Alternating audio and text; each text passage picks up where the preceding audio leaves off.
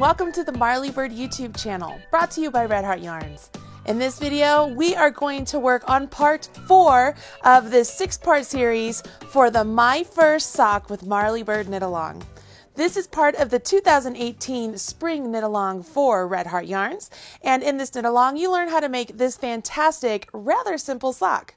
So far, we have learned how to do the cuff, how to do the leg, and how to do the heel flap. And now we're really to the heart of the sock. The next part of this sock is where we will learn how to do the heel turn and the gusset. The instructions for this next section can be found in the link provided in the video description box right down there below. While you're down there, go ahead and smash that like button, as my kids say, to let people know you enjoyed this video. Now, I am going to tell you, it is very, very important that you have your homework done up to this point and really follow along with me as I walk you through step by step how to do the heel turn and the gusset. I will provide as many tips and tricks as I have up my sleeve for you to get through this heart of the sock, this meat of the sock, because once you get past this, it is smooth sailing, you guys. So grab your homework, get your pattern, join me back here. We're going to jump right on in.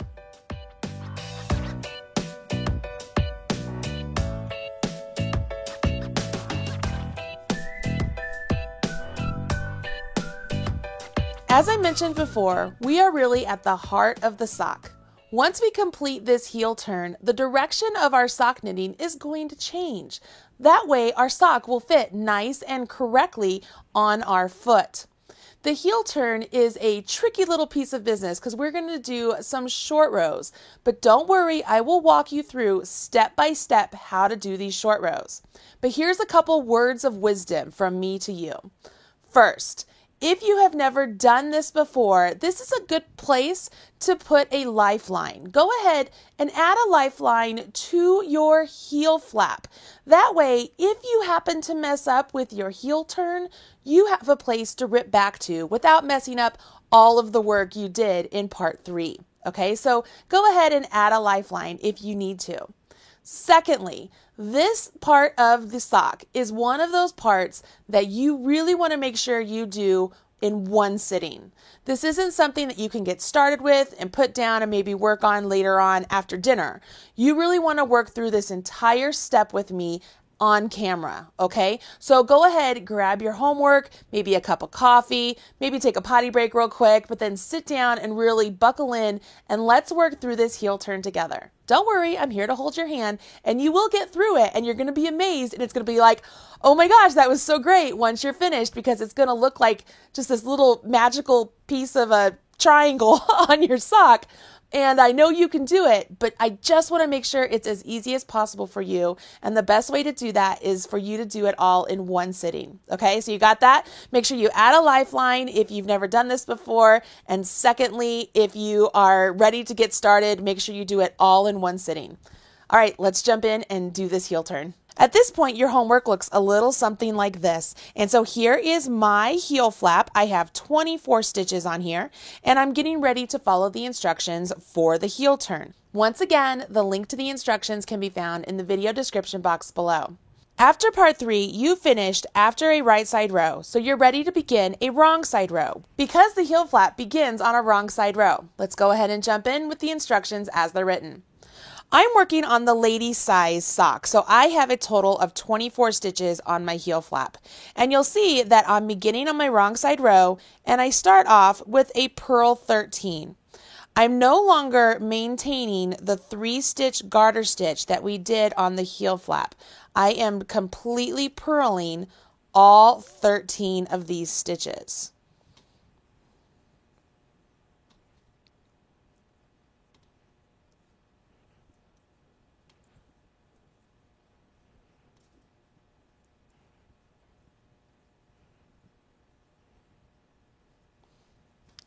And that's 13.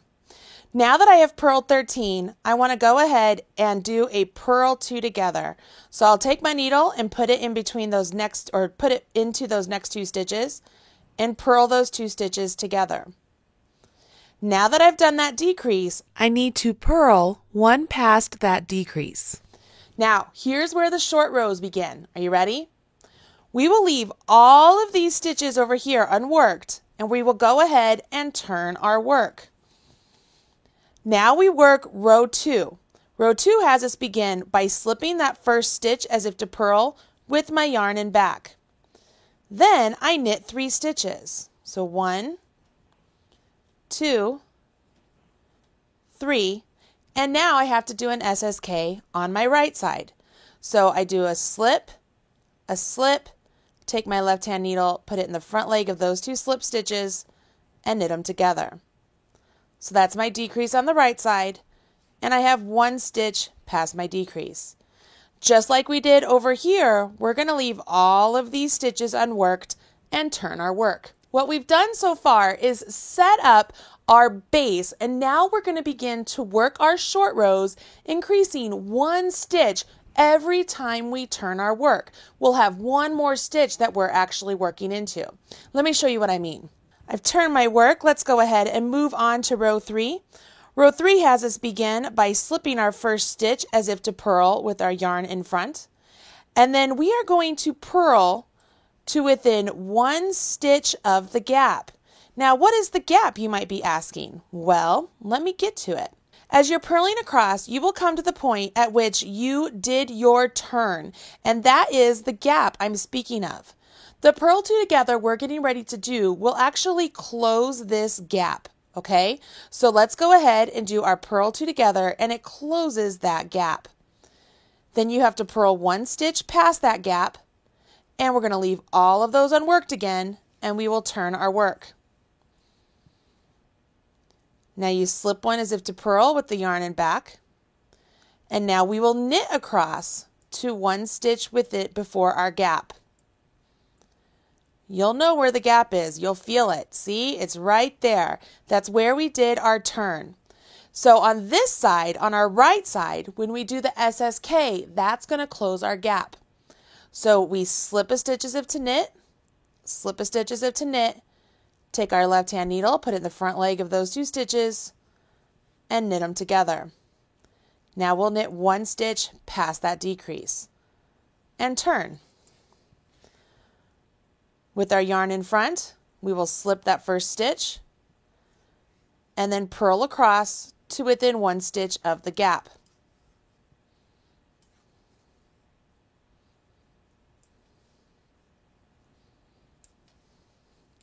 I'm to my gap, so I will purl 2 together and then purl 1 past that purl 2 together. Turn my work. Slip the first stitch as if to purl with the yarn in back. I will knit to within 1 stitch of my gap.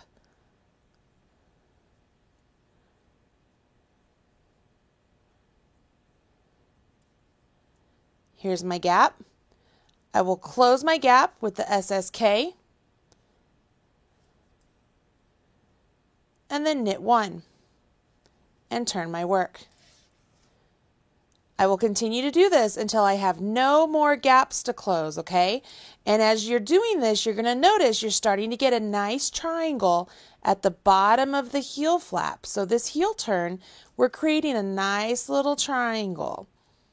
And that's where your heel is going to sit. Here's our gap. I will purl 2 together because I'm on my wrong side. Purl 1 stitch past my gap and turn. I'm to the right side. I slip the first one with the yarn and back. I will knit over to within 1 stitch of my gap.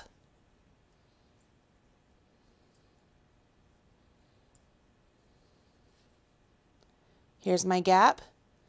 I do an SSK and then knit 1. Now I'll turn, slip the first one as if to purl with the yarn in front because I'm on the wrong side. I'll purl to within 1 stitch of my gap.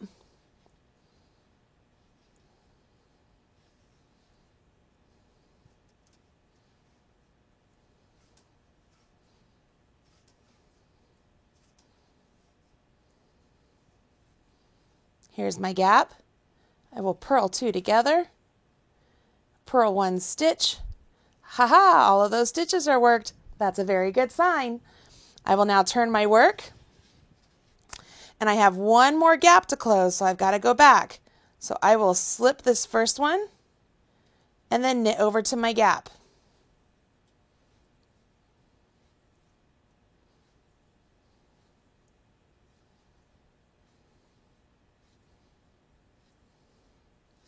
When I get to my gap, I will work my SSK just as before.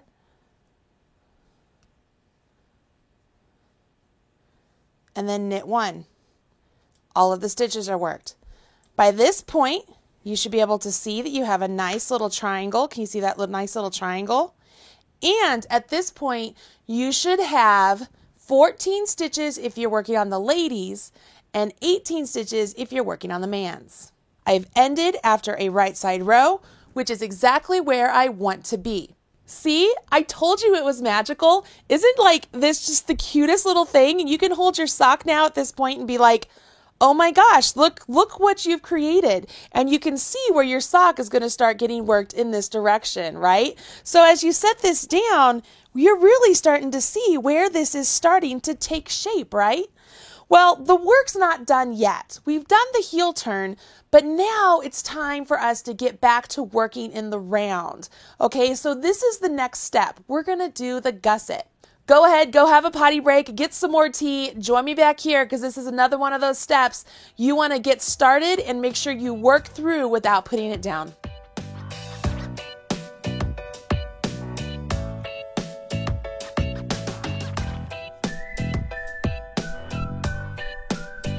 Okay, the fun of just working with 2 needles is over. It's time for us to get back to working in the round. And in order to do that, we are going to have to pick up stitches. Right now, your sock looks a little something like this, right? You have this really cute little heel turn you've just completed. You have your stitches for the top of your foot still hanging out up there, just kind of being like, doo-doo-doo, I'm waiting for you. But we have all of this empty space over here. This empty space is where we are going to have to pick up stitches so that way we can begin working the gusset of our sock. Now, I do want to remind you what the gusset is, okay? As you take a look down here, you can see the actual finished sock. And we have our heel flap right here, and we've just done our heel turn. And all of this right here is what we're getting ready to do. We're getting ready to pick up stitches along our heel flap. When we do that, we are going to have more stitches on our needles than we cast on. So in order for us to get back to the number of stitches we cast on, we have to do a series of decreases at this join point to make sure this needle and this needle get back to the same number of stitches as this needle and this needle. Okay, let's go ahead and take a look at our actual sample homework, okay? The first thing we need to do is take our heel stitches and separate them onto 2 needles. When we do this, the needle that is going to be left over here to the right side of our heel will be our needle 5. The needle over here to the left side of the center of our heel will be needle 1. This is also important to note that the center of our heel is now actually our beginning point, okay? So as before, when we had this marker up here to let us know where our needle 4 was, we are actually going to move that marker and we will put that marker over here on the heel on the right side of center, okay? So here we are. I'm right here. Let's go ahead and take our needle and let's slip half the number of stitches that you have on this heel turn right here. We're going to slip half of them over onto this spare needle. So for me, that would be 7 stitches. 1, 2, 3, 4, 5, 6, 7.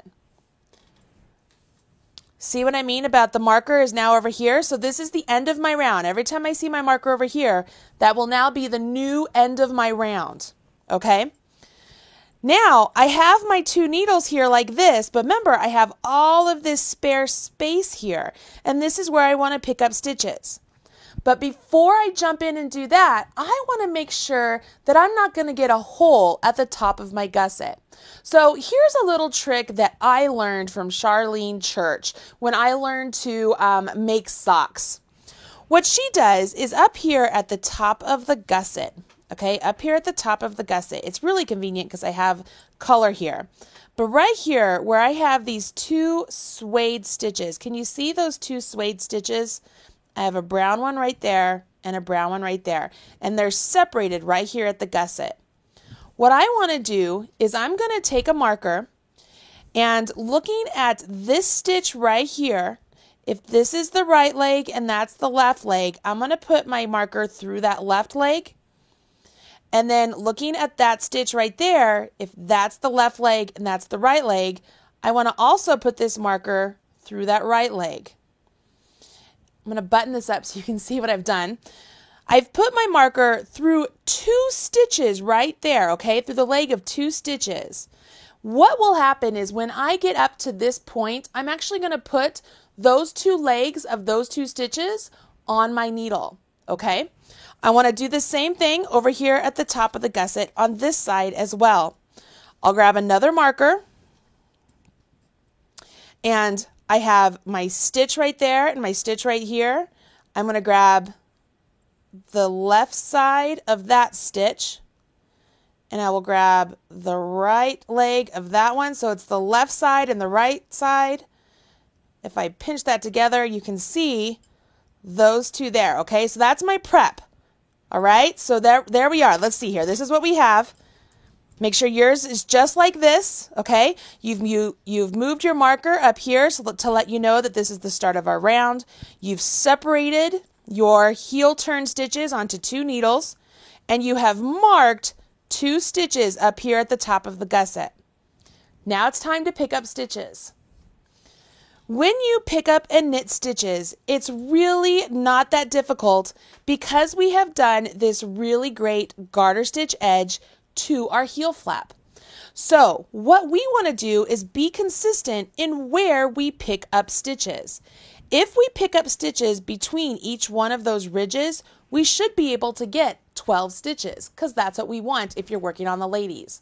You want to pick up 16 stitches if you're working on the men's. One way to pick up stitches is to simply stick your needle directly into one of the stitches, whether you pick up 1 leg or if you pick up 2 legs, whatever you do, just be consistent about it. Yarn over your needle and then pull that through. You can also use another needle. Find where you want to pick up that stitch. So let's say I want to pick up my stitch right there. Now I can say, okay, let's treat that as if it's a stitch on my left-hand needle. Go ahead and take this needle and go into it, right? So it's just like I'm knitting that stitch off of my left-hand needle. And I could do that all the way up, okay? So let's see here. Let's do this again so you can see. I'm going to go between these 2 garter stitches. I'm putting my needle in. So now I have a stitch on my needle. I'll take my right hand needle now, this is the one I want my stitches on, and I'm going to just knit that stitch. You see how that works? I will go in and then knit that stitch. In and then knit that stitch. In. Oop, I picked up 2 there, I just want 1. Because I want to be consistent. Whatever you do, just be consistent with it. And then knit that stitch. Can you see here where I have my initial 7 stitches from my heel turn, and I've started to pick up stitches, and I'm keeping it consistent by picking them up between each one of the garter stitches. Okay? So I usually like to pick up my stitches without any needle. I don't usually need it. So I'm just going to pick up stitches here. And I'm just going between the garter stitches, okay? Between each garter stitch until I get 12 stitches on here. Okay, so I've picked up 12 stitches, and it's time for me to come to where I've marked those 2 stitches, okay? And here's what I'm going to do. I am simply going to put those 2 stitches just like that. I'm going to put a stitch like that and a stitch like that. I'm just putting it right on my needle. That's all I'm going to do, okay? You see that? It's simply just resting on my needle. It's convenient that they happen to be a different color because I did stripes, but they're literally just going to rest on my needle. I'm not knitting them. I'm not doing anything else, okay? Now that I'm at the end of this needle, I can rotate and I will get these stitches that I've just been hanging out there since before the heel flap back into action. So I will continue on working my stockinette stitch along these stitches right here. If you were doing a pattern stitch, you could carry your pattern stitch down the top of your foot, and that's what you would do at this point. Totally up to you. But for me, I did stockinette and stripes, but I'm going to continue down the rest of my sock with just my plain linen color. I'm not going to do stripes down the top of my sock. Notice I rotated my work. I'm going to knit these stitches now. It's just like before. I'm just starting to get back into the round, but I've got to get those stitches prepared for me, okay? So I've turned my work. I'm knitting down this needle. I get down here to the very end. Awesome. I'm done. And I rotate, and I don't have any stitches. That's okay, because that's the next step. We now need to pick up stitches along this side of the heel flap, okay? And the first part here is because we're at the top of the gusset, we're on this side, we were from the bottom and worked towards the top. Over here, we're at the top. So we're going to start off by placing those 2 stitches on my needle, those 2 stitches that I marked earlier. I'm just going to place them on my needle. Now I can go ahead and start picking up my 12 stitches again. So I will go into this side of the heel flap and pick up and knit a stitch. So there's 1, 2, 3, 4, 5, 6, 7, 8, 9, 10, 11, and 12. Let me get that 12th one.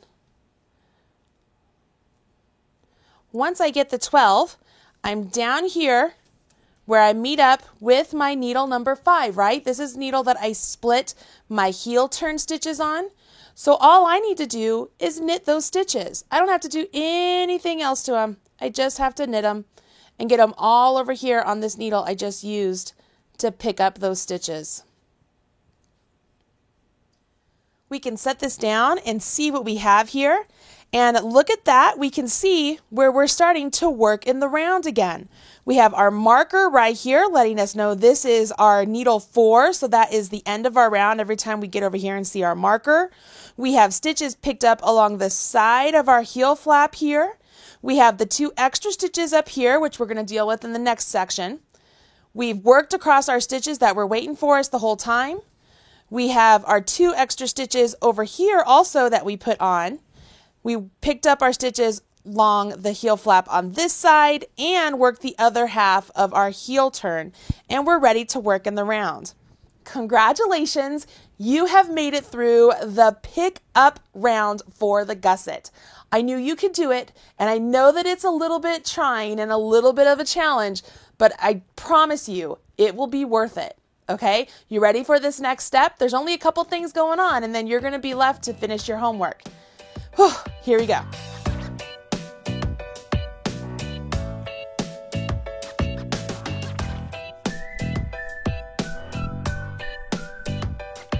All along, I've been saying we're working the gusset, and our gusset stitches are going to be worked at these 2 points on these 2 needles. What we want to do here is we want to get this needle here and this needle here back down to the same number of stitches they had when we did our initial cast on. So for example, this one I had 48 stitches originally. I had 12, 12, 12, and 12. Well, now I have 21, 12, 12, and 21, okay? So I need to get this needle here with 21 and this needle here with 21 back to 12. And I will do that by decreasing at this point and this point every other round past my setup round. Okay, so here we go. Let's go ahead and we pick up our work and we're back in the round. Remember, we're back in the round. So we pick up our work and we will go ahead and I will, for this first setup round, remember the first 2 stitches need to be nice and tight. We're back to that again.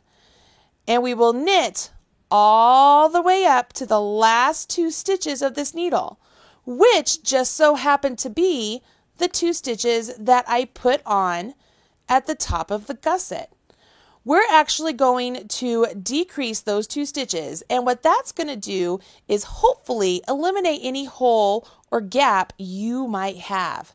So here we are, and I have those 2 stitches on here, and I'm going to go ahead and remove my marker now.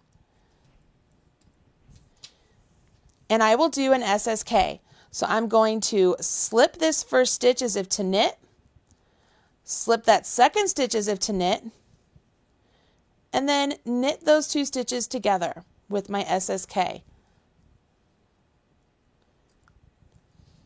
Once I've done that, I rotate my work and I carry on. So now I'm at this is the top of my foot, and I will go ahead and just knit across these stitches. Again, make sure you're really pulling those needles nice and snug. Those first 2 stitches need to be nice and snug. And they're going to want to fight you a little bit, okay? As we're working down these gussets decreases, those points at the needles at the gusset are going to want to fight you. And you want to make sure you keep them nice and tight, those stitches nice and tight. Finish that needle, rotate my work, and then we'll do this one. And we're going to get back to the other side of that heel flap, to my other gusset. So this is needle 3 I'm working off of, okay? Needle 3, and I'm getting ready to go to needle 4. So here is my needle 4. I'm at the top of my gusset, and you'll see that the instructions say to knit 2 together. So right here, I'm going to remove my marker. I'm going to knit these 2 stitches together. Now I'll go ahead and I'll knit to the end of this needle. Once I get to the end of this needle, I'll put my work down so you can see what we've just done, and I will explain why I did it, okay? This is one of those things that, like I said, I learned from Charlene Church, who is a wonderful sock designer, and I has been very helpful and been a good tool for me to prevent getting holes at the top of my gusset. As I set down my work here, you can see I'm still in the round, but let's take a look up here at those gusset stitches that I decreased. When I decreased those stitches, I have now eliminated any sort of hole that I would have gotten right there in the gusset. It's kind of hard to see, isn't it? Let's take a look. Let's look at one I've already done so you can see here. Right here is, see that brown right there? That's where I did my decrease at the top of my gusset. And see how I don't have a hole? There's no hole there at the top of my gusset. And it's because I did that decrease.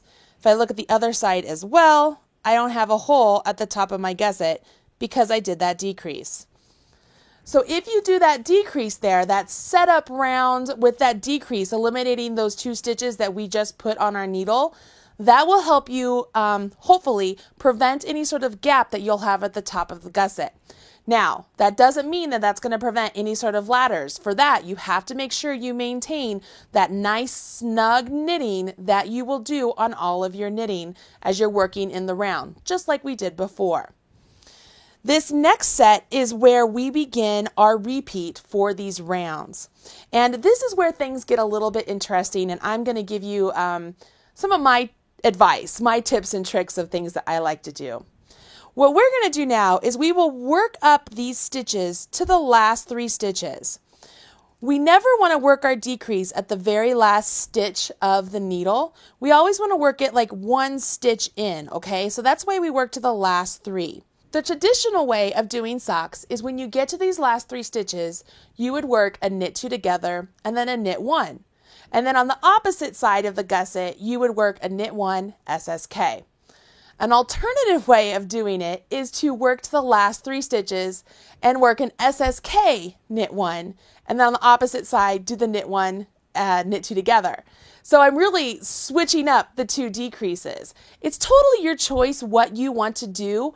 For me, and on the actual sock pattern, I did the alternative way because I think it looks better, and it actually helps me keep my stitches tighter as I'm working those gusset stitches. So I prefer that one. It's really super easy, you guys. It's just a matter of what decrease you choose. So I am going to knit up my needle 1. This is needle 1 I'm knitting onto. This is the one that we are going to be decreasing our gusset stitches on every other round. And I'm going to get to the last 3 stitches. When I get to these last 3 stitches, the traditional way would be for me to do a knit 2 together at this point, and then a knit 1. Totally fine. The non-traditional way would be for me to do an SSK and then a knit 1. You see what I mean? It's just a different decrease choice. Either one you want to do, just be consistent with it, okay? I've rotated my work. I will go ahead and work across the top of my foot. So this is needle 2. I'm just knitting across needle 2, and I will just knit across needle 3.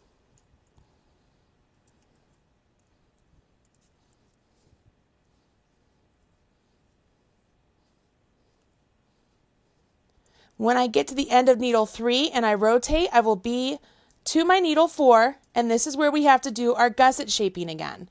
So right here, remember, I never want to do my shaping on this first stitch, so I always will knit that first one. Okay, so it's always knit the first one on needle 4, knit the last one on needle 1. Now, because I'm doing this the traditional, I would do an SSK. So I slip as if to knit, slip as if to knit, put my left needle into the front leg of those 2 stitches, and knit them together. If I was doing this alternative, this would be where I do my knit 2 together. Hopefully you understand what I'm saying when I say just you're switching up the decreases. It just depends on the look you're going for. Let me get to the end of this round here. See, I'm just knitting all the way down to the bottom again. And I'm going to set this down, and we're already beginning to get our shaping going right here. The next round, I will just knit the whole round without any shaping. You only do the shaping or the decreasing, okay? You only do the decreasing every other round. And you do that until your 2 needles, your needle 1 and your needle 4, get back to the same number of stitches as you had when you started. So for me, that would be 12 stitches and 12 stitches. Okay? If you're working on the men's size, it would be 16 stitches and 16 stitches. Now, I want to show you a little bit of what I mean by the traditional and alternative. The only difference between the two, besides the fact you're just swapping which decrease you do on which side, is the look. Okay, so let me show you here. Let me set these 2 socks down so you can see the difference. Let's talk about the traditional one first, and that's this one here. This is the one where on the first gusset, you work up to the last 3 stitches and you do a knit 2 together and then knit 1. And then on needle 4, you would knit 1 and do an SSK, which is just what I showed you. What that results in is a series or a line of decreases that really go the same direction as the gusset. It gets a really nice, pretty line, right? If you do the alternative, which is the blue sock pattern that I did, all that means is on the needle 1, when you come up, you're doing an SSK, and on needle 4, you do the knit 2 together. What that does is it makes the decreases have this little itty bitty line that I think is super pretty. I love that stitch pattern. It's something about it combined with the eye of partridge and the garter stitch. I love the way that looks. And like I said before, when I do the knit 2 together on my needle 4, it actually keeps those stitches tighter than when I do my SSK on needle 4. So I tend to like it a little bit better. That's why I wrote it in my pattern, my sock recipe pattern, because it's my preferred way to go about it.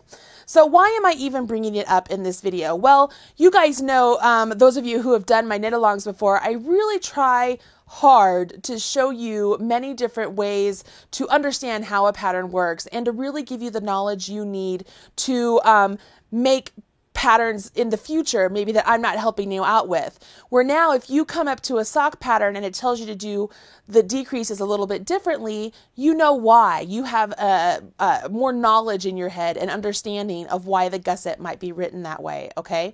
So either way works. It's purely just a matter of what decrease you want to use when, okay? So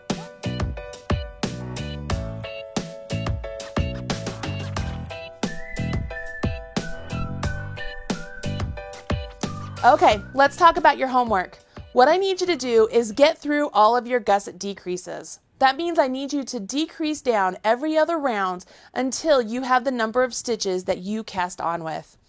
Once you've done that, your work is going to look a little something like this, whether you use the traditional decreases or if you use the alternative. Either way, you're going to get a really nice section of your sock where it's really looking like a sock. So much so that you could actually put this sock on your foot at this point to see how much further you've got to go.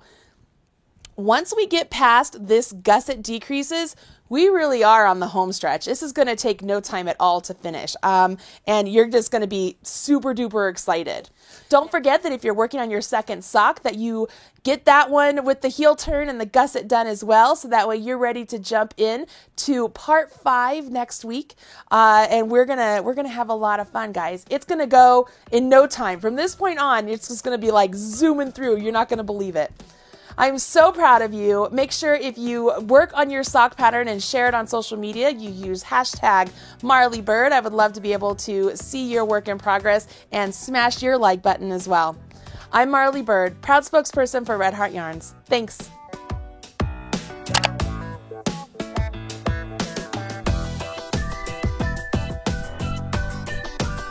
Everything you need to know about knitting or crochet can be found right here on the Marley Bird YouTube channel. Learn with Marley Bird.